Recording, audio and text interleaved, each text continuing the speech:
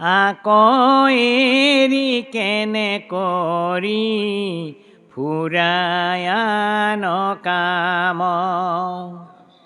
জানিয়া যতনে সেৱা কৰিও কৃষ্ণক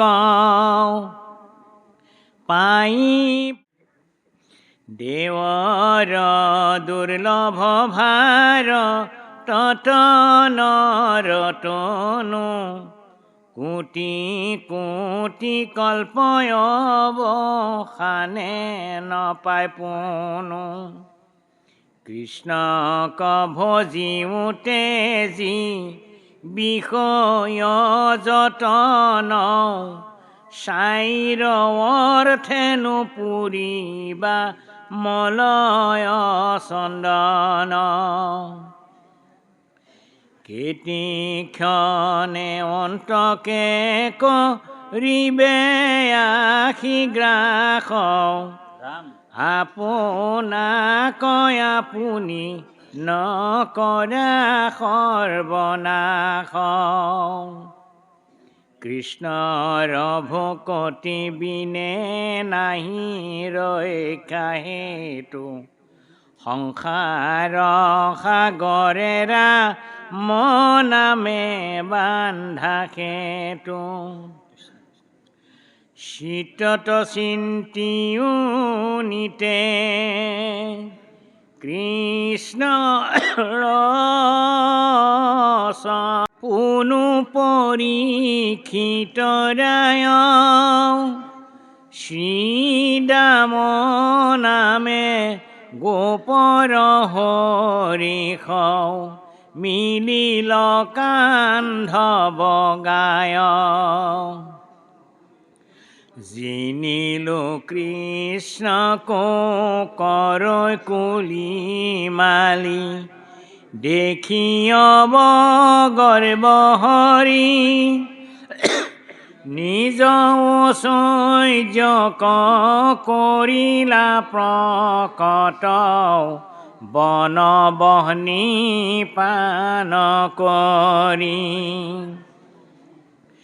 ৰামক সৎকাৰ কৰি অনন্তৰে মৰা পলম্বক এৰি ভাণ্ডিৰ বতৰ মূলত সবেও কৰিবে লাগিলা খেৰি গোৱালক বাতি লয়া ৰামকৃষ্ণ ৰংগমনে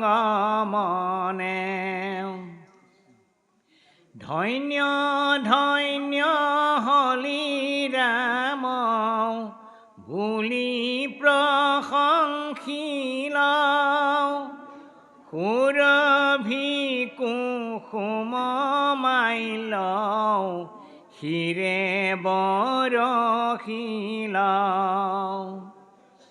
মিলিল স্বৰ্গতৱাতি অনেক উৎসৱ সাধু সাধু ৰাম কিনো মাৰিলা দানৱ নাচে অপেচৰি গাঁৱৈ গন্ধৰ্ব যতে কওঁ দুন্দুৰ্ভি মৃদংগ জয় ঘোষিলয়নে কওঁ শুনা নিৰন্তৰে ইটো কৃষ্ণৰ চৰিত্ৰ আপুনি ঈশ্বৰ আখি ভৈলন্ত বিদিত ভয়ানকালে হন্ত যিটো অংশয় অৱতাৰ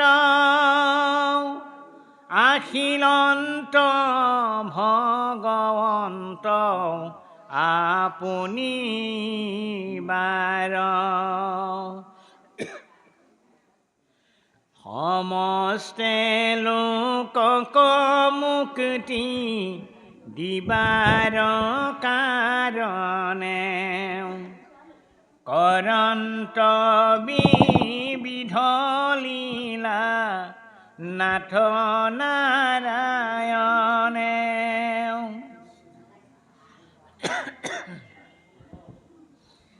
আক যিটো জনে কৰে শ্ৰৱণ কীৰ্তন একেবাৰে আততিনি সাধৈ প্ৰয়োজন। কৃষ্ণ।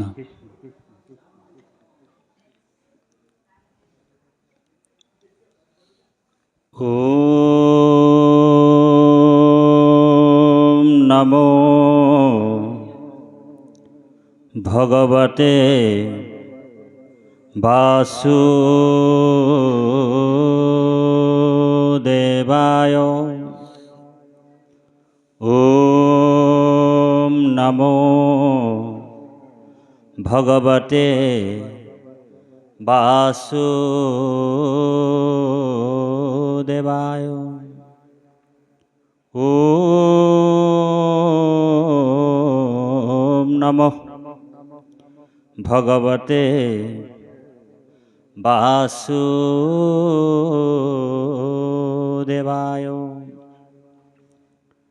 জন্মা ভবাদি মজ্জস্য তজ্জা সমুতিজ্জো নরহ পরম প্রাপুর্নতি পতকৈপীতম সনাতনম সদানন্দো মুপস্মയോ হৃদি यस्य स्मरणं मात्रेण जन्म संसारो बन्धनो विमुच्यते। प्रभो विष्णुवे नमो विष्णुवे नमो नमः। ईश्वरो परमं कृष्ण सच्चिदानंद विग्रह अनादि आदि गोविंदम सर्वकारणं कारणं कृष्ण प्रियोतमं स्वप्नो शंकरो परमं गुरु इति वंदे सत्यम महत्तम पुनः पुनः। नमो समस्त भूतानामादि भूतायो भूभृते अनेक रूप रूपाय प्रभो विष्णुवे नमो नमः। जय जय ईश्वर अनादि देव हरि शंकर स्वरूपे पृथ्वीतय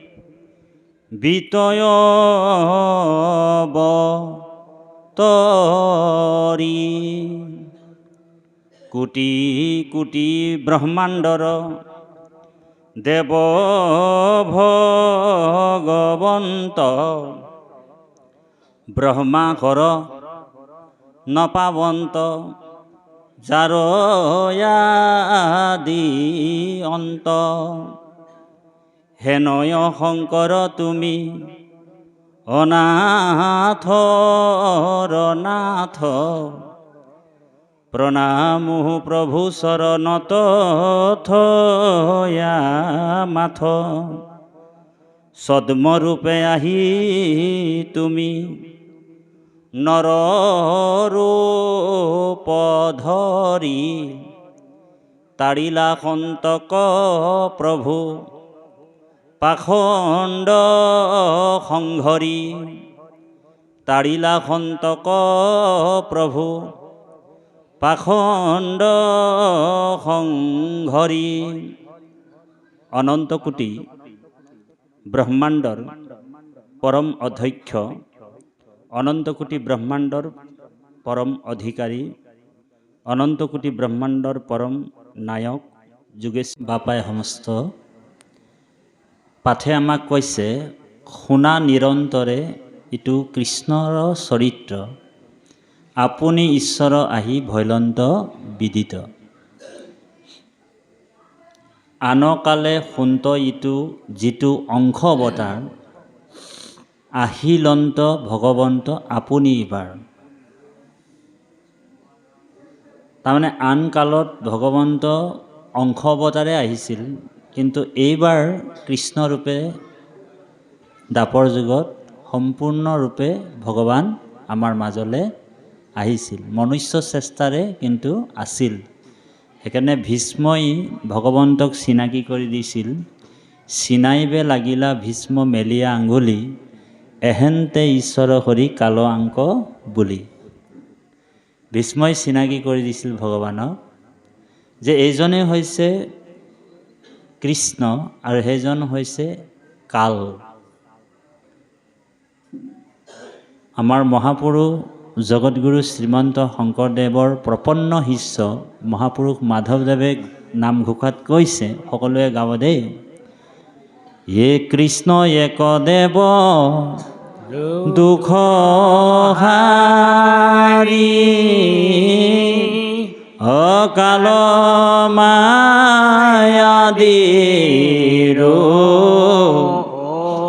অধিকাৰী,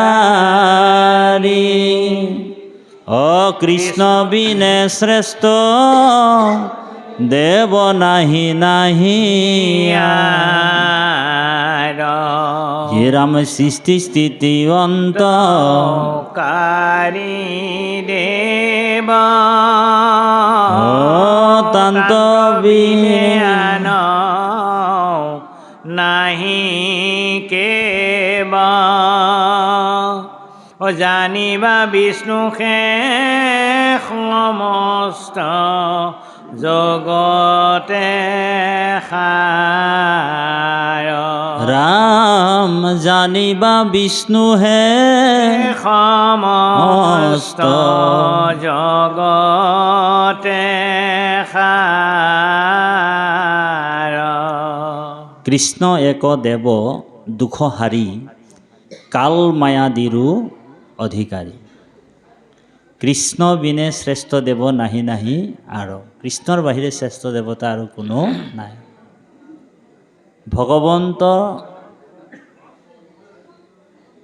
কৃষ্ণ দ্বাপৰত আহি পূৰ্ণ কৃষ্ণৰূপে অৱতাৰ হৈছিল। আচলতে অৱতাৰ শব্দৰ অৰ্থটো হৈছে অপ্ৰপঞ্চ ইয়াতে প্ৰপঞ্চ অৱতাৰণাম অৱতাৰ, মানে অপ্ৰপঞ্চ জগতৰ পৰা প্ৰপঞ্চ জগতলৈ নামি অহাটোকে অৱতাৰ বুলি কোৱা হয়। এনেইতো ভগৱন্তৰ জন্ম আৰু মৃত্যু নাই। নাহি জন্ম তোমাৰ তথাপি জন্ম ধৰা, সুহি জন্মে জীৱেৰ জনম দূৰ কৰা। এনেই ভগৱন্তৰ জন্ম আৰু মৃত্যু নাই। ই ৰাম স্বভাৱত অজময় জন্ম নাহি মোৰ, ভক্তৰ ইচ্ছায়ে মই হওঁ অৱতাৰ। এনেইতো মোৰ জন্ম আৰু মৃত্যু নাই, কিন্তু ভকতে যেতিয়া অনুগ্ৰহ কৰে, ৰিকুৱেষ্ট কৰে, তেতিয়া মই ভকতৰ কাৰণে কিন্তু এটা মানৱীয় তনু লৈ এই পৃথিৱীলৈ গুচি আহোঁ, মানৱীয় চেষ্টাৰে। সেইমতে কৃষ্ণ আহিছিল। সেইকাৰণে অৰ্জুনে কেতিয়াবা কেতিয়াবা ভগৱন্তক পাহৰি ঢকা মাৰি দিয়ে, তাৰমানে সখা বুলি ভাবিলে। বহুতে ভগৱন্তক চিনি পোৱা নাছিল। কেৱল মাত্ৰ 10-12জনমান ভকতেহে ঈশ্বৰক চিনি পাইছিল। তাৰ ভিতৰত দ্ৰুপদীয়ে চিনি পাইছিল, কুন্তীয়েও চিনি পাইছিল, উদ্ধৱে চিনি পাইছিল। অৰ্জুনে পাহৰি যায়। আকৌ বিদুৰে চিনি পায়, মৈত্ৰেয়েও চিনি পায়, অক্ৰূৰে চিনি পালে, হয়নে বাৰু? বহুতে কিন্তু মানুহ বুলিয়ে ভাবি থাকিল ভগৱানক। এতিয়া সেইকাৰণে ভগৱন্তক একেবাৰে শেষত ভীষ্মই চিনাকি কৰি দিছিল। কৌৰৱ আৰু পাণ্ডৱক উভয়কে ভালকৈ চিনাকি কৰি দিছিল যে ধৰি আছে এজনেই কালৰো কাল, সম্প্ৰতি ধৰিয়া আছে দৈৱকী তনয়, আতসন্তে শুৱ ইটো সৃষ্টি স্থিতি লয়। কথা বতৰাবিলাক নাপাতিব বুলি সেৱা জনালোঁ কৃষ্ণ। নহ'লে আমি এই ফোনটো ইয়াতে, এই মাইক্ৰটো ইয়াতে থৈ দিওঁ, ইমান কথা পাতিব আছে পাতি ল'ব, তাৰপিছত আকৌ আৰম্ভ কৰিম ব্যাখ্যাটো, হয়নে বাৰু? কাৰণ যিটো কামৰ কাৰণে আমি ইয়ালৈ আহিছোঁ সেই কামটো আমি কৰিব লাগিব বাপাই সুস্থ। বেয়া নাপাব, আমি বিনম্ৰ সেৱা জনালোঁ, অনুৰোধ জনালোঁ। ভাগৱতৰ কথা আমি, কৃষ্ণ কথা একেবাৰে আমাৰ গুৰুজনাই 5টা নিয়ম দি থৈছে ইয়াত। 5টা নিয়মেৰে আমি ঈশ্বৰৰ কথা শুনিব লাগে। লাগিলে আধা ঘণ্টা শুনো, 20 মিনিট শুনো, 1.5 ঘণ্টা শুনো, 2 ঘণ্টা শুনো, গোটেই ৰাতি শুনো, বা একেবাৰে 7 দিন শুনো। এই 5টা নিয়ম হৈছে, 1 হৈছে সাৱধানে, হয়নে? 2 হৈছে একমনে, 3 হৈছে নিশবদে, 4 হৈছে একচিতে, আৰু 5 হৈছে সৰ্বজনে। মানে একেলগে আমি একত্ৰিত হৈ ঈশ্বৰৰ কথা আমি শুনিব লাগে। সেইকাৰণে আমাৰ বাপসকলো ইমান দূৰৰ পৰা আহিছে আৰু আমিও আপোনালোকক নিমন্ত্ৰণ অনুসৰি আহিছোঁ। কৃষ্ণ কথা শ্ৰৱণ কীৰ্তন চলি থাকোঁতে যদি অন্য কথা আলাপ আলোচনা হয় তেনেহ'লে ৰসভংগ হয় দেই। সেইকাৰণে আমি সেৱা জনালোঁ। সেইকাৰণে বক্তা আৰু শ্ৰোতাৰ কানেক্টেডটো মানে হৈ থাকে। আৰু যদি কথা বতৰাবিলাক আহি যায় তেতিয়া বক্তা আৰু শ্ৰোতাৰ উভয়ৰে ক্ষতি হয়। কেনেকৈ হয়? সেইকাৰণে শ্ৰোতা 2 প্ৰকাৰৰ বুলি কৈছে। এটা হৈছে প্ৰবৰ শ্ৰোতা আৰু এটা হৈছে অবৰ শ্ৰোতা। শ্ৰোতা 2 প্ৰকাৰৰ। এটা শ্ৰোতা হৈছে প্ৰবৰ শ্ৰোতা আৰু এটা হৈছে অবৰ শ্ৰোতা। প্ৰবৰ শ্ৰোতা কাক বুলি কৈছে? উদাহৰণ দিছে। যেনেকৈ উদাহৰণ হৈছে ৰাজহংস, ৰাজহাঁহ। ৰাজহাঁহক আপুনি গাখীৰ আৰু পানী মিক্স কৰি দিলে, ৰাজহাঁহ, এটা দিব্য ৰাজহংস আছে, সেই ৰাজহাঁহবিলাকে গাখীৰটো খাব আৰু পানীখিনি এৰি দিব, নিৰ এৰি ক্ষীৰ খায়।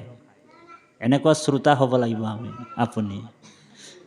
তাৰপিছত চাতক নামৰ এজনী চৰাই, মাত্ৰ 1 বিন্দু পানী খাই তেওঁ 1 মাহলৈকে তেওঁ উপবাসে থাকে। চাতক নামৰ, এইটো ভাগৱতত আছে চৰাইজনী নাম। তো গতিকে এনেকুৱা আমি শ্ৰোতা হ'ব লাগিব। ইমানেই যোগী, ইমান ধ্যান ধাৰণাৰে তেওঁ ঈশ্বৰক ভাবি থাকে, মাত্ৰ 1 বিন্দু পানী খাই তেওঁ থাকে। গতিকে আমি শ্ৰোতা, প্ৰবৰ শ্ৰোতা হ'বলৈ যত্ন কৰিব লাগিব। কিন্তু আৰু এবিধ শ্ৰোতা আছে অবৰ শ্ৰোতা। অবৰ শ্ৰোতাত আকৌ 2 প্ৰকাৰৰ হয়।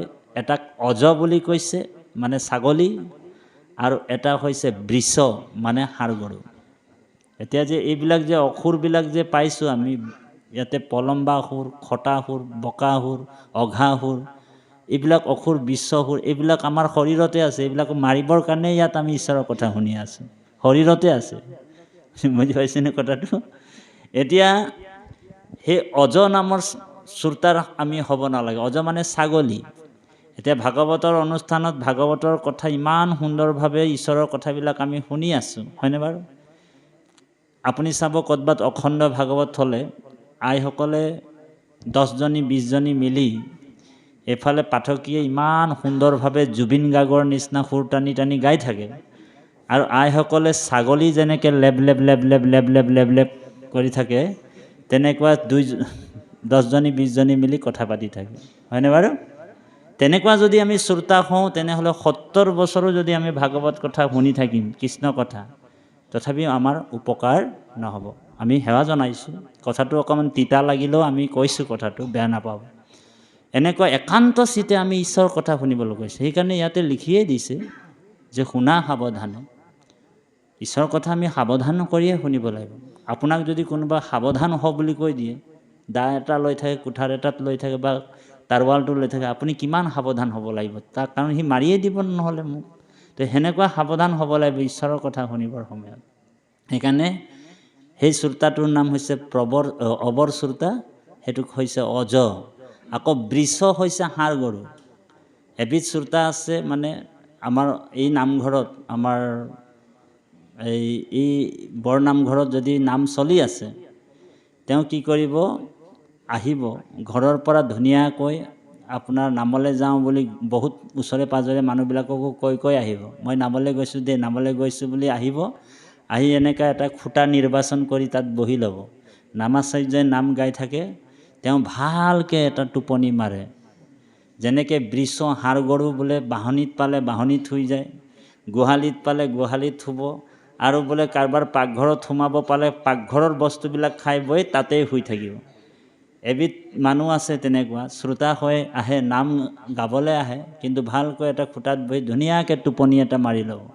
আৰু যেতিয়া নাম শেষ হৈ যায় লাহেকৈ উঠিব, প্ৰসাদৰ টোপোলাটো ল'ব আৰু ঔ হৰি ঔ ৰাম হৈ গুচি যায়। এনেকুৱা শ্ৰোতা যদি আমি হওঁ, তেনেহ'লে আমি যিমানেই শুনিম তেতিয়াও আমাৰ নামে ক্ৰিয়া নকৰে।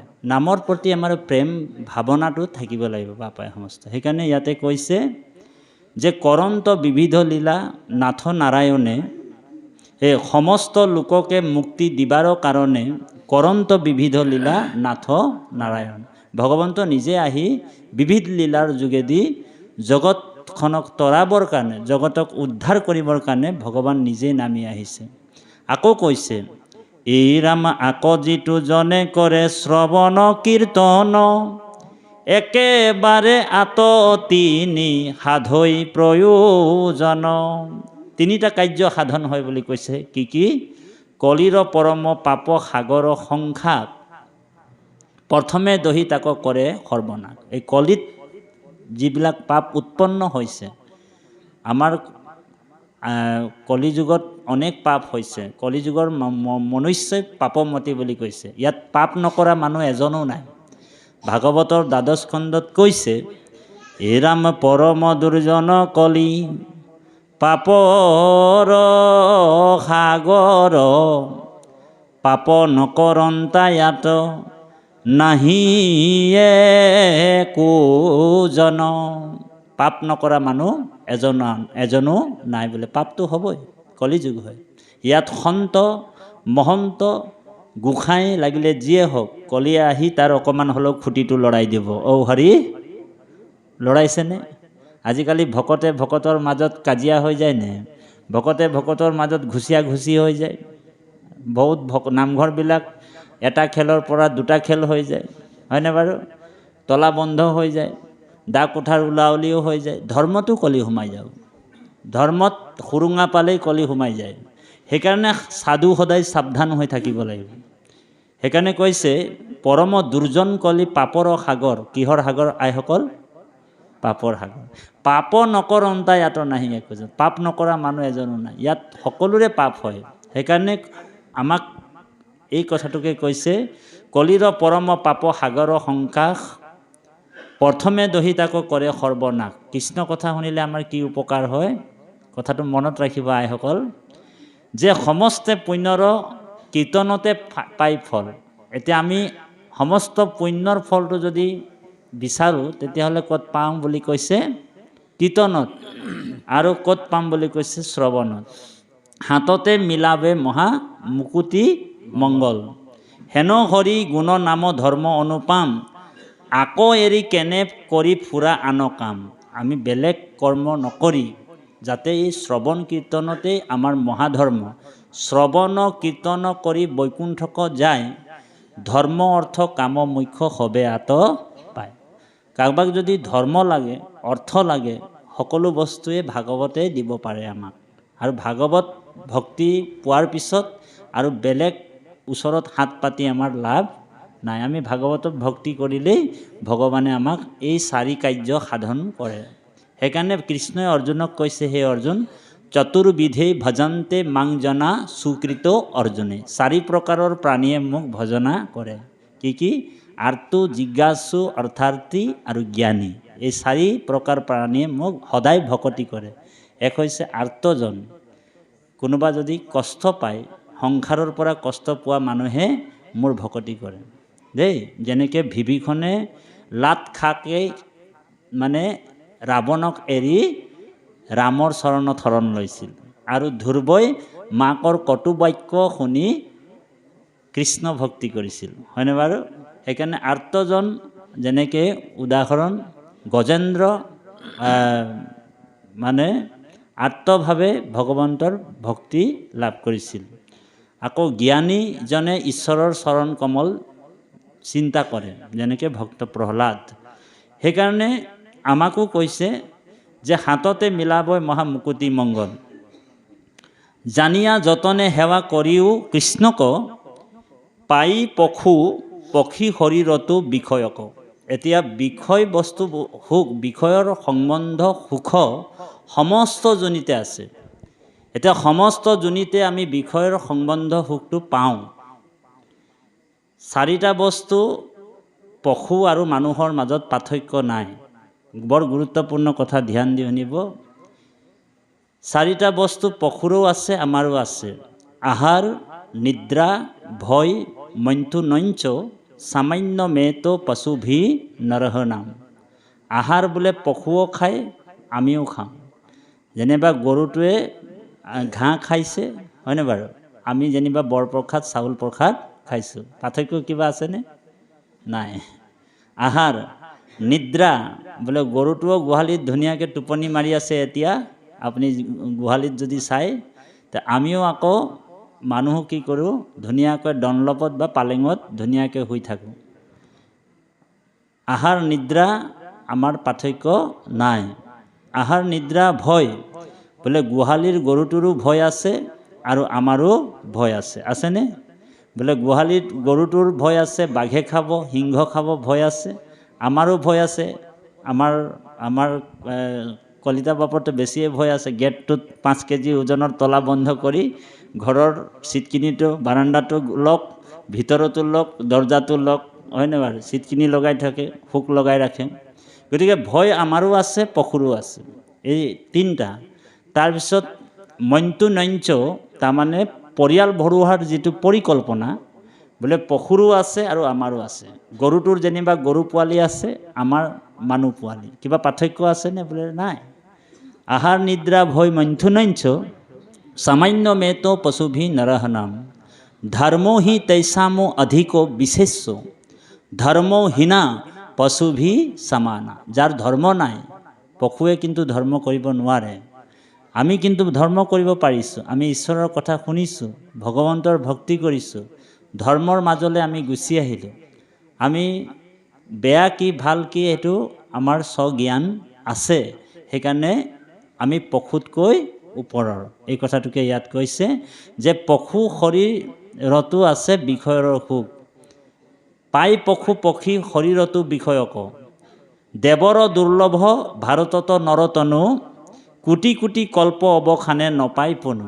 মহাপুৰুষ গুৰুজনাই কৈছে যে এই শৰীৰটো দেৱতায়ো বাঞ্ছা কৰে আমাৰ মনুষ্য শৰীৰটো পাবৰ কাৰণে। কাৰণ দেৱতাত ভগৱন্তৰ ভক্তি লাভ কৰিব নোৱাৰে, তাৰমানে ভাগৱত ভক্তি দেৱতাসকলে নাপায়। সেইকাৰণে দেৱতাসকল যেতিয়া ৰজা পৰীক্ষিতে ভাগৱতৰ কথা 5200 বছৰৰ পূৰ্বে গংগা নদীৰ পাৰত শুকগুৰুৱে ৰজা পৰীক্ষিতক ভাগৱতৰ কথা কৈ আছিল, তেতিয়া দেৱতাসকল এটা কলহ লৈ,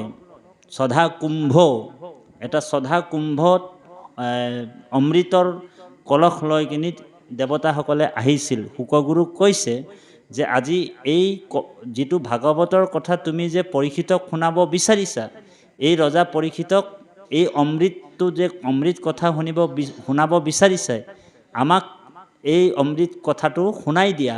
আৰু এই যে আমি যে স্বৰ্গৰ পৰা লৈ আহিছোঁ অমৃত কলহটো, ইয়াৰে 1 চামুচ আপোনাৰ ৰজা পৰীক্ষিতক খুৱাই দিয়া। তক্ষকৰ বাপো ৰজা পৰীক্ষিতক মাৰিব নোৱাৰে, সেই বুলি দেৱতাসকল কৈছিল। তেতিয়া দেৱতাসকলক শুকগুৰুৱে কৈছে যে এই ভাগৱত অমৃতটো কিন্তু মনুষ্যৰ কাৰণে, দেৱতাসকলৰ কাৰণে নহয়। কাৰণ দেৱতাই একো মূল্য নুবুজে।